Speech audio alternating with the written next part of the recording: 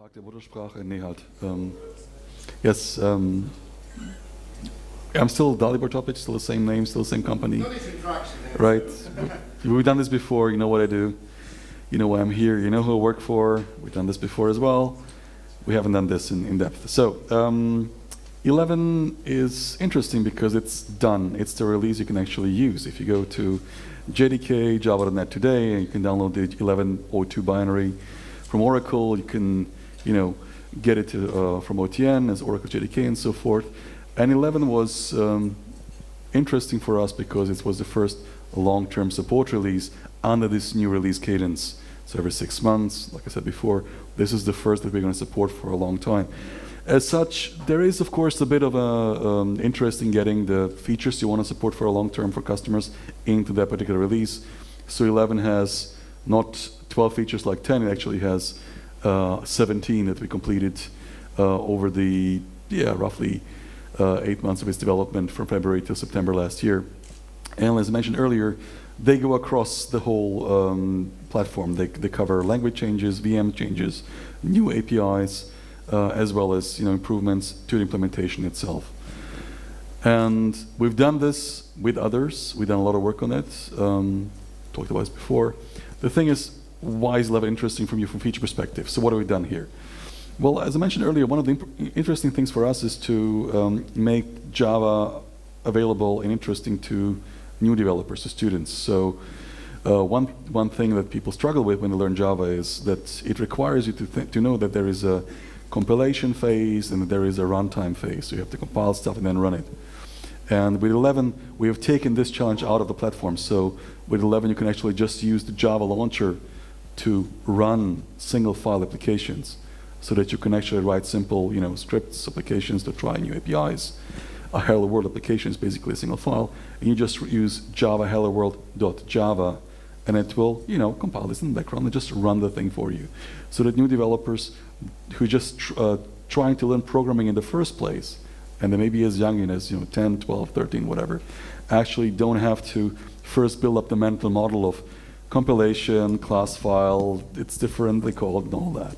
They can all do that when they build a program that's 2 files long, but for a single file, you can actually just launch them directly.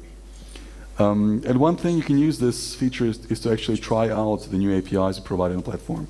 In 11, the big new improvement is that we support a standardized new HTTP client. HTTP clients is something I guess most of you use in some form or shape from Apache, for example, or from other providers. There's been an unofficial API in the JDK as well. And now with 11, there's actually standardized API in the Java.net HTTP package. This API has been in development since Java 9, so for more than a year. It was a preview feature back then. We published it as a separate package within the JDK with the knowledge that the API would change over time. We received a lot of feedback from people in the community who write HTTP servers, people working on Netty, Tomcat, Jetty, and so forth, who then helped us refine this API in JDK 10, where it was a preview feature again, to the final form in JDK 11. It supports HTTP 1.1, of course, but also the new HTTP 2 standard. It supports synchronous, asynchronous programming, reactive, and so forth.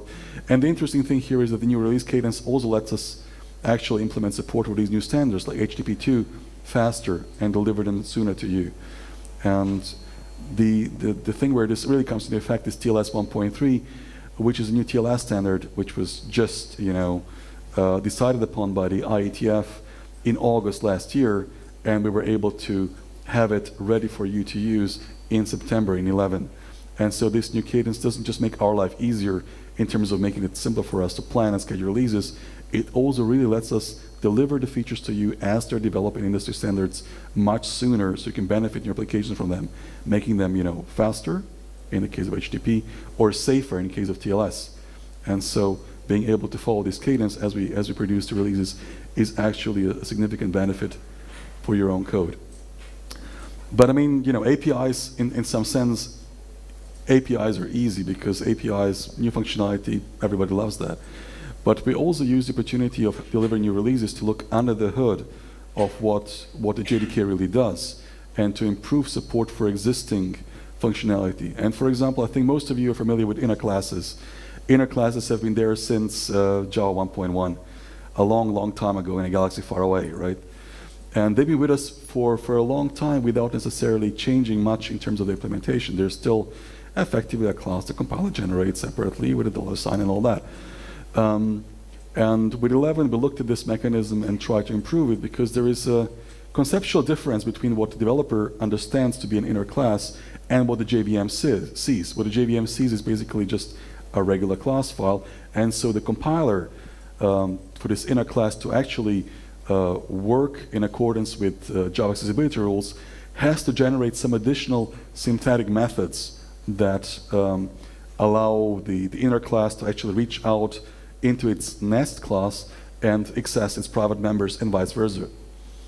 And while this inner class is a fiction on the language side that gets compiled to bytecode and different classes on the VM side, in 11 we're basically making this fiction go away so that VM actually has a concept of nested classes and that are logically part of the same entity but actually compiled to different class files that can access each other's members, like in this case the field name, which is private within the enclosing class person, and is accessed in the inner class greeting without having to generate those extra methods because the VM knows what the accessibility rules should be.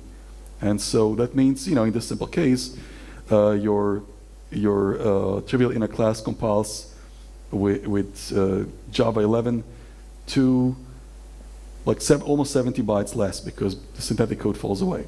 Now this is a trivial example. In your actual code bases like JDK, you'll find many, many, many such inner classes. Your lambdas will generate such inner classes. And so that means in something like JDK, all this adds up to actually improve the startup time as well as decrease the code size. And you get this for free by just recompiling your code with JDK 11 with latest JDK.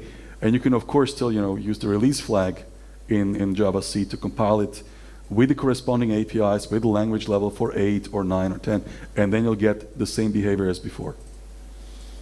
And so we're trying to deliver those improvements under the hood without you necessarily having to do anything about them. But we also do implement things in the JDK now as open source that make it easier for you to analyze your own work. In 11, Java Flight Recorder is part of the JDK, and with it you can have an always-on way to understand what's happening in your threads, who's holding locks, where's the memory going and all that. You can basically use the jcmd command to on-demand turn on the flight recording if something is awkward stepping applications, get a dump to disk in a buffer, and then use mission control to read it out and have a better understanding of what's happening and maybe locate issues. And we do this for our support teams, for example. Our support teams have been using Flight Recorder for a long time to understand and analyze and fix issues for our customers. And now you can do the same thing too. I mentioned before that predictability was a big deal in the cloud. So being able to understand whether your application is going to behave in some weird fashion because of an unexpected long GC cycle is probably a good thing. And so with 11, we introduced a new garbage collector. In Java 10, we introduced a new garbage collector interface where we did internal refactorings in the garbage collector code to be able to separate the functionality that's necessary for all garbage collectors and have a pluggable interface to introduce others into it. In 10, we had the interface and we had the new garbage collector to go with it. The Epsilon garbage collector does nothing, doesn't collect garbage, but it means it's really fast. And in some cases, you may want to have that because you have a really fast running thing. But it also, in 11, we introduced ZGC, which is a garbage collector that's focused on really huge heaps with the goal of having a really tiny maximal pause time. And so this means you're trading off throughput for pause times, but it means your performance is more predictable. And in practice, it doesn't just perform well on benchmarks, right? It performs also well on actual applications. And we have reached out to various teams to see how well big data software works with ZGC, and have received, I think, very encouraging responses. In this case, I don't think you really see it, but when they started introducing ZGC instances with this HPH cluster, the latencies just went down for good. And I think that's very exciting. So it's part of the JDK 11, and it's one of the reasons why you should be considering to move off Java 6, right? No, 7, off 8 to 11, right? Because it's actually faster. And even if you don't use these new features, if you don't use the new APIs and all that, just by moving to 11, you'll actually get performance benefits from, from startup, where we put in a lot of work to actually make the Hello World, Hello Lambda startup faster, to actual improvements in the garbage collectors. This is a benchmark that Optoplanner, Red Hat people did with their software, where they had 16% improvements with G1 GC over performance in 8, to actually regular development stuff you all probably use, Spring Boot and all that, but the startup is actually much faster with 11. And so if anything else, this is why you should be considering getting those benefits. And once you're in 11, getting the next performance improvements in 12 is even easier, because as I showed you earlier before, the amount of changes from release to release in a 6-month cadence is actually not nearly as large as before. So the risk of migrating between versions is not as large as before.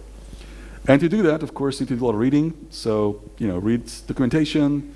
We have a lot of documentation, not just the Java docs, but in fact we publish on docs.oracle.com the release notes, the migration guides, and of course the docs for other releases too. And the release notes are really important because it lets you know what has changed, what has been deprecated, what has been removed. We've now started to do spring and autumn cleanings in JDK, so we take things out like Corba and so forth. Those things gradually go away and are gone in 11. And to actually start your journey towards 11, you have to start with just the first step, downloading a release. So go to jdkjava.net, download the latest JDK 11 release, and then get your program running first. And that means in many cases, your programs will run just fine with 11 and you're done with that part. But in some cases, it may mean that you have libraries from other developers that may be doing something awkward, like messing around in Sun, MISC, internal, don't touch this. That's not so good, but fortunately, we've been working with many projects over the past years, so that many of them actually released versions in the meanwhile that work well with 11. So you can just update your third-party dependencies to the latest versions. And for all the other code, you can run a tool called JDEPS that's in the JDK that will scan your application and its libraries and let you know if something fishy is going on, if you have code that's trying to do things it's not supposed to be doing. So once you have your applications running, you need to look at the warnings the JVM gives you. And the JVM will let you know if, for example, your code is trying to use reflection, set accessible to do, to do weird things like trying to change the value of a final string after it's been finalized, and so forth. People do all kinds of weird things. And the VM will now tell you, you probably should not be doing this if you hope this code to run, well or at all in the future. And so to take care of those warnings, look at the deprecated remove flags, and make sure you adjust your code accordingly, or at least have a plan to adjust your code accordingly when things like that go away. And then, of course, you need to run your tests. I'm sure you all have tests. No laughter, excellent. So you all have tests. Make sure to run your tests on 11 as well, because that way you can actually see changes in behavior. As behavior changes do happen, for example, we have changed the provider for local data. Important for people in every region that's not America is, of course, they speak different languages, they have different character sets, different dates, beginnings of the weekends, and all that. Java has forever had its own local data set built in, but since 11 we're using CLDR, which is a Unicode data set by default. And of course it's slightly subtly different, so you want to go and look at that while you run your tests. And last but not least, to get improvements from a better compiler, as I showed you with nested classes, but also from a stricter compiler, from a friendlier compiler, use the javac release flag to recompile your program. And if you're, of course, supporting Java 8, because most of your customers will be probably running from Java 8 for a while, you can still use Java 11 to develop, but you can use the release flag to actually build binaries for 8 that are actually runnable on 8 for all the releases. And so, I assume most of you though won't be coming to 11 from 10. They'll be coming to 11 from 8. And that means you have a bit more to take into account. You have to look at the documentation from 9 and 10 as well. And in particular in 9, it was a big release, 80 features, so there were a lot of new things coming in, some of which are relevant to migrations. So we have a new version string in Java, so if you have applications that actually look at the version to decide what to do. which function to call reflection-wise and so forth, you have to look at that code so that it doesn't get tripped up over the new versioning scheme we use for releases. Modularity has come into Java 9. It's a big change. We have encapsulated most internal APIs. And so if your code uses unsafe, yeah, okay, we'll let it live for a while, right? But if your code uses something else, like sun, misc, don't touch this base64 decoder, because it was a convenient thing to do back in 2004, that's no longer there. And so you have to make sure that that code gets updated to use the new APIs. JDevs will tell you that if that's the case, but nevertheless, if you do this through some reflection tricks, you have to look at the warnings, right? This has changed. The runtime image has changed. The good old tools.jar is gone. We don't have rt.jar in the JDK anymore. Everything is now modularized. The JDK is basically shipped everything as modules, which is great because that means you can actually take the JDK and using JLink, slim it down to just the bits and pieces you need, but it also means that all the other stuff that people are used to, having scripts that check whether tools jar is around, that stuff is gone. You have to check those scripts. We have removed the deployment stack, stuff that never was open source to begin with, like the plugin and web start. That stuff is gone because, of course, browser vendors have told us it's time to, for us to finish doing plugin stuff. And so no browser support really plugin interfaces anymore, with just one exception that's still around, basically. And so that had to go. So we removed it from 11. And we have removed a whole bunch of, deprecated, unsupported, or basically tools that are available somewhere else, like Visual VM. There's a project for that. JavaDB, well, there is the Apache project for that, Derby. You can just use that instead. To slim down the JDK and come down to a place where we can actually have a code base, we can easily move forward. And we make it easy for developers to stay up to date, in particular if you're working on open source projects. We have a quality audit program where we are reaching out every couple of weeks to more than 100 different open source projects like Maven, Gradle, Ant, and so forth, IntelliJ, Eclipse, to make sure they are aware of changes we plan to do in the JDK, to make sure they're aware of new early access builds we publish, and they have a chance to test against those and let us know about things that fail. But you don't have to wait for them to do it. You can do it yourself. We make those builds available every week under an open source license. You can just go to jdkjava.net/12, get the latest release candidate for 12 yourself, and try it on your code. In fact, you can do the same for 13 already as well, so that you can actually, if you plan to move to this cadence, have months ahead to see if your code needs to change in any form or shape and to make the adjustments. And we make it really easy to do this with Docker by making OpenJDK binaries from Oracle available on Docker Hub as well. So you just Docker pull OpenJDK with a tag 12EA Oracle, and you get the builds in your CS system, and you can see what's happening.